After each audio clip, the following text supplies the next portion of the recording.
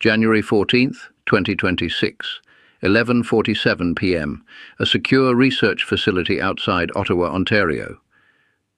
The fluorescent lights hum faintly over a cluttered table covered in laminated documents, translation printouts, and topographic maps of Canada's northern territories. A senior analyst leans back in his chair, removes his glasses, and stares at the ceiling for a long moment before speaking. "I've spent 22 years reading intelligence assessments," he says quietly. "I thought I'd seen everything. Then these came across my desk. These are the Snow Wolf files." What you are about to hear is drawn from a cache of documents recovered in late November 2025, during a joint signals and field intelligence operation conducted near the high-altitude border monitoring zones of the Yukon interior. The recovery itself was the product of months of patient surveillance and a degree of luck that career analysts rarely admit to needing. The documents, numbering in the hundreds of pages, were encrypted using a layered cipher protocol traced to a People's Liberation Army intelligence unit with operational ties to Arctic environmental analysis. They had been staged for extraction. They never made it out. The classification markings on the files translated, through multiple independent linguistic verifications, into a tier reserved for internally sensitive assessments. Reports that were never meant to leave the PLA's strategic planning infrastructure. These were not propaganda documents. They were not designed for foreign consumption. They were written by Chinese intelligence officers, for Chinese intelligence officers.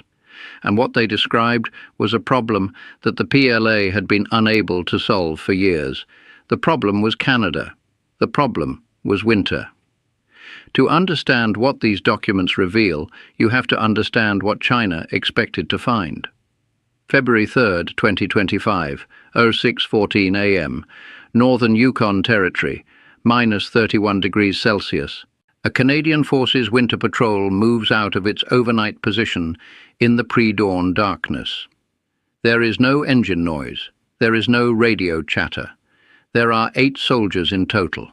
And by the time the pale light of the Arctic morning begins to touch the tree line an hour later, they have covered nearly 14 kilometers across terrain that most conventional military planners would consider impassable.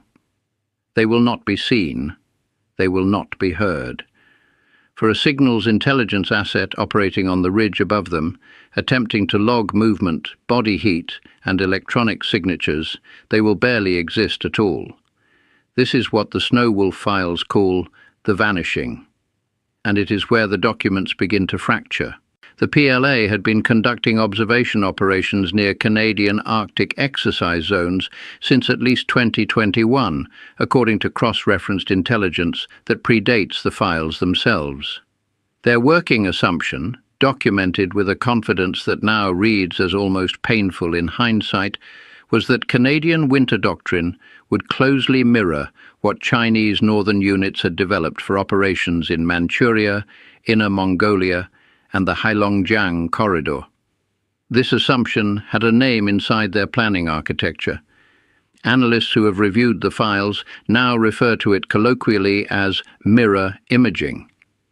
The intelligence failure of assuming an adversary thinks and operates the way you do simply because you share a superficially similar environment. It was a catastrophic miscalculation. March 11, 2025, 2:23 p.m. PLA Northern Theatre Command Intelligence Annex. An undisclosed location. The document dated to this period is among the most striking in the entire cache. It is an after-action analysis written following a failed observation attempt against Exercise Arctic Resolve, a Canadian Forces winter training operation conducted annually across the Northwest Territories. The language is clinical in the way that institutional embarrassment tends to make language clinical. But between the lines of bureaucratic phrasing, a picture emerges that is deeply revealing. Chinese observation teams, the document concedes, lost contact with the primary Canadian patrol element within 40 minutes of initial acquisition. The explanation offered is not satisfying, even by the document's own standards. Electronic emissions were negligible. Thermal signatures were intermittent and inconsistent with expected human movement profiles. Audio intercept captured nothing beyond ambient wind, and, on 2 occasions, what the reporting officer described as auditory anomalies consistent with environmental distortion rather than human presence. The patrol had been there. Then it had not. No alarm was raised. No counter-surveillance maneuver was detected. The Canadians simply moved through the landscape as though it belonged to them, because in every practical and tactical sense, it did. What the documents struggle to articulate, but what becomes unmistakably clear across dozens of separate reports, is something Canadian Forces doctrine has been developing for generations. The relationship between a soldier and the Arctic environment is not adversarial in the Canadian model. It is absorptive. The landscape is not an obstacle to be overcome with more gear, more logistics, more technology. It is a medium to be inhabited.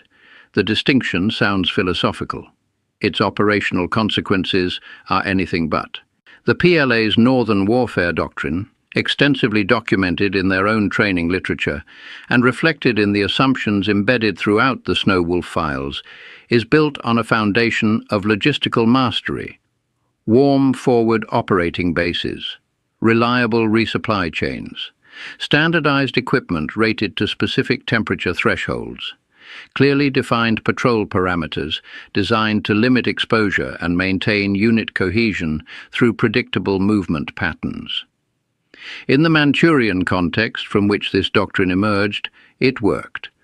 Temperatures were brutal, but the terrain was familiar, the operational geography was mapped to a granular level, and the enemy, if there was one, would be operating under comparable constraints. The Canadian permafrost offered none of these equalizers. April 7th, 2025. 09:55 a.m. Somewhere west of Inuvik, Northwest Territories. A PLA signals team, the documents suggest, attempted to establish a monitoring position in the vicinity of a known Canadian training area. The exact composition of the team is not specified. What is specified in considerable and frustrated detail is what happened when the temperature dropped overnight to -44 degrees Celsius and held there for the following 72 hours. Standard issue optical equipment fogged and cracked. Battery systems in the primary surveillance array dropped below functional threshold within 6 hours. One communication relay unit failed entirely. The team was, by any operational metric, deaf and blind, in a landscape that Canadian Forces soldiers were using as a gymnasium. The entry in the files is short. It does not dwell on the failure. But a senior officer's handwritten annotation in the margin, translated with some difficulty due to the quality of the source document, reads in approximate terms, "This is not weather. This is a weapon." He was not wrong. The thermal invisibility tactics referenced throughout the Snow Wolf files represent one of the most sophisticated sections of the cache, and also one of the most genuinely alarming from a foreign intelligence perspective.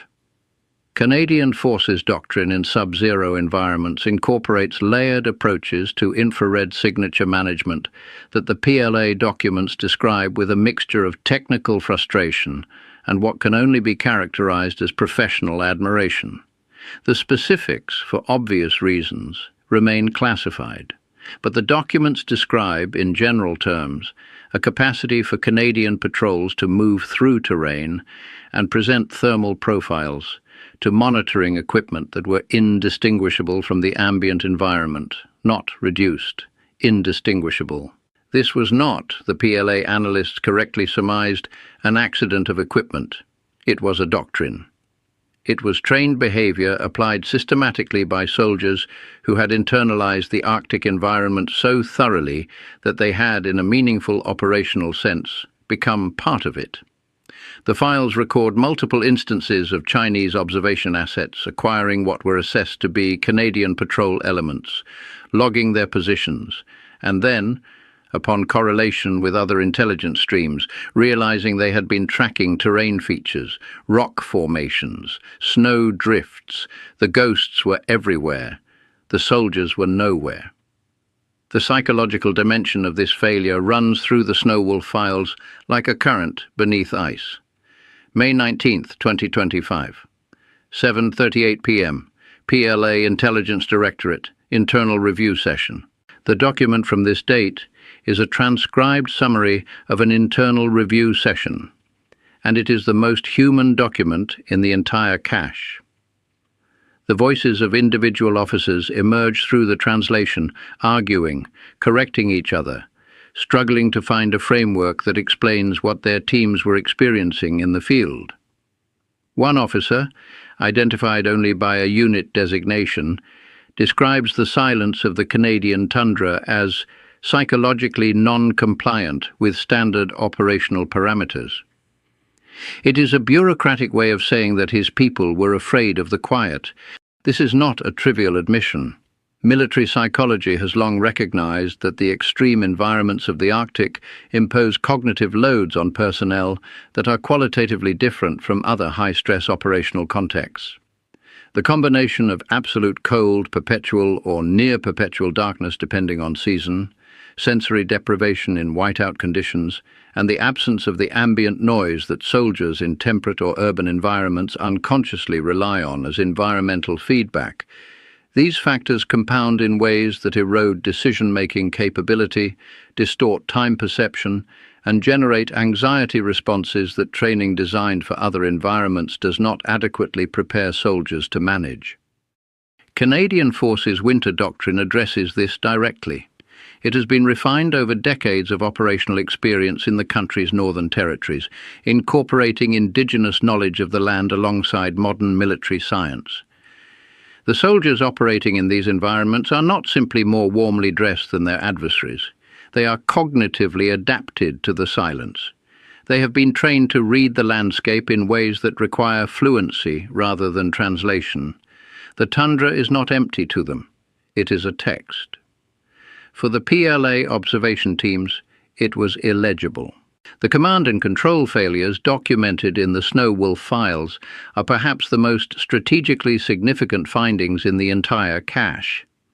Electronic surveillance in sub-zero environments faces physics problems that no amount of engineering ambition has yet fully resolved. Atmospheric interference at extreme temperatures degrades signals in ways that are difficult to predict and harder to compensate for. Metal contracts. Seals fail. The electronic infrastructure that modern military forces have come to treat as a permanent and reliable operational layer becomes unreliable in ways that undermine the entire command architecture built upon it. Chinese military doctrine, the files suggest, had not adequately accounted for this. Their observation operations near Canadian Arctic exercises were heavily reliant on electronic systems, signals intercept, drone surveillance, remote sensor arrays.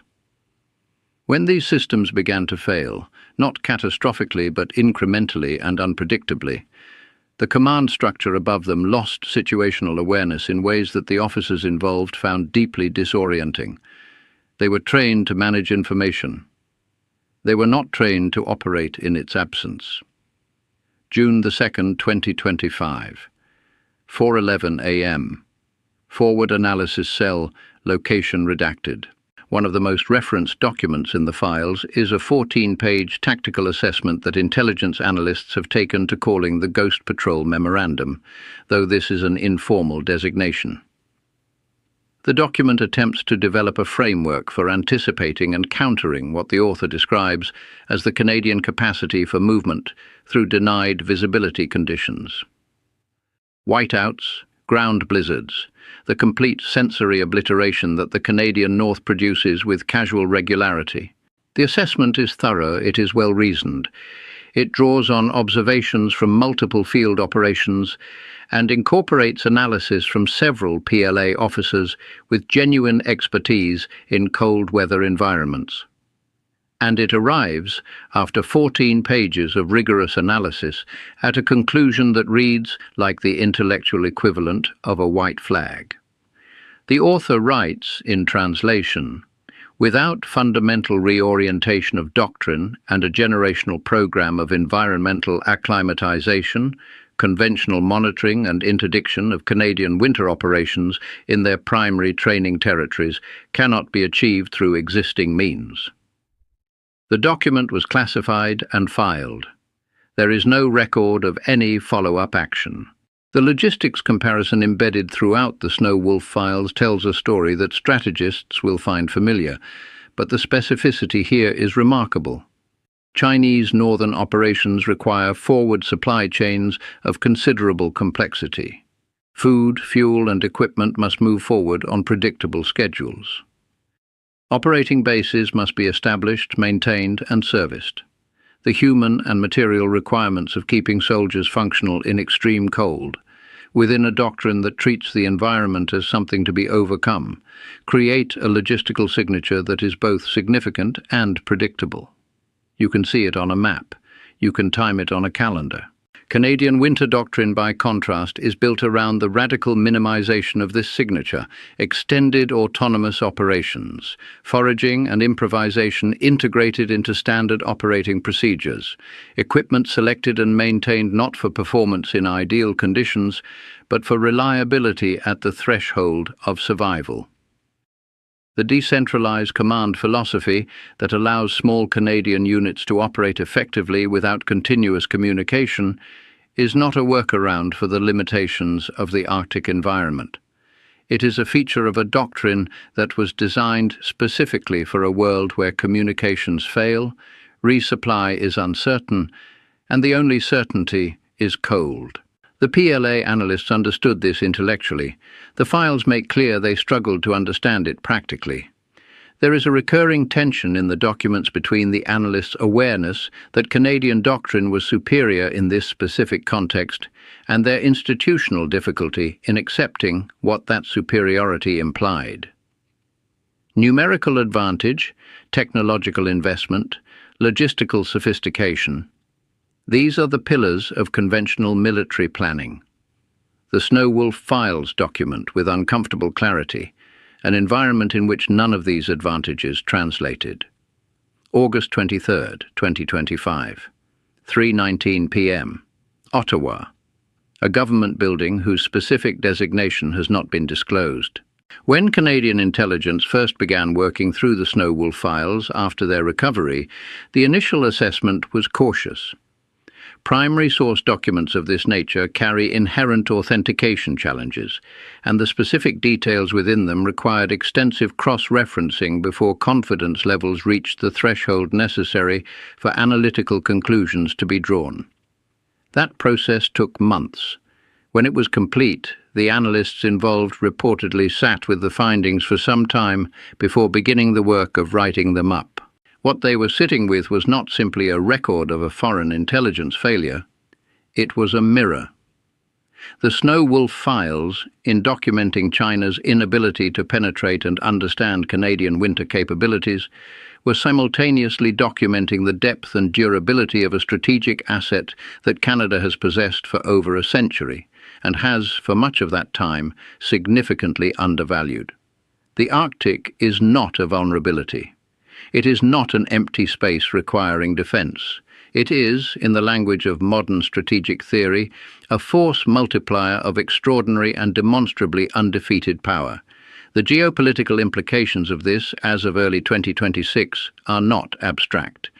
The Arctic Circle has become one of the most consequential strategic theaters on the planet. Climate shifts are opening navigation routes that were previously seasonal at best and theoretical at worst.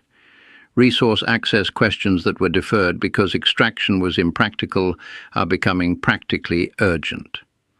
The nations with territorial claims and demonstrated operational capacity in the high north are finding themselves in possession of advantages that diplomacy and economics alone cannot replicate. Canada, the Snow Wolf files suggest through their very existence as a record of failure, has a depth of operational knowledge in this environment that took generations to build and cannot be bought or shortcut. The PLA understood this. That is why they were there. That is why the files exist.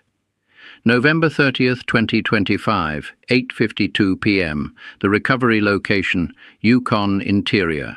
The intelligence team that secured the cache worked through the night in conditions the lead analyst later described as appropriately ironic. -27 degrees. Wind from the northwest. The kind of night where the darkness is total and the silence is so complete that your own heartbeat seems loud.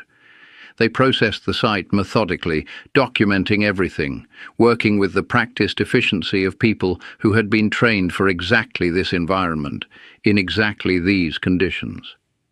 The same conditions that, according to the documents they were in the process of recovering, had broken the operational capacity of the people who had put them there. There is something in that image that is worth dwelling on. The Snowwolf files were not recovered in a warm office. They were not extracted through a digital network. They were found in the cold by people who were comfortable in the cold, moving through a landscape that the people who had created the documents had found illegible and lethal. The story of the files and the story of their recovery are the same story. The final document in the cache, dated October 2025, is a strategic summary. It covers multiple pages and addresses the broader failure of the Snowwolf intelligence program in terms that are, by the standards of the rest of the files, remarkably direct. The conclusion reached by its author, a senior intelligence officer whose specific identity remains under review, is that the fundamental problem is not technological and cannot be solved technologically. New sensors will fail in new ways. Improved equipment will find new thresholds of uselessness. The issue is environmental literacy, and environmental literacy, the document argues with evident frustration, is not a program. It is a culture. It takes generations to develop, and Canada had those generations. The final line of the document, as translated by the primary linguistic analyst who worked the files, reads, "The frozen ground remembers what the digital systems cannot. And so do they." January 14th, 2026, 11:59 p.m., Ottawa, the Secure Research Facility.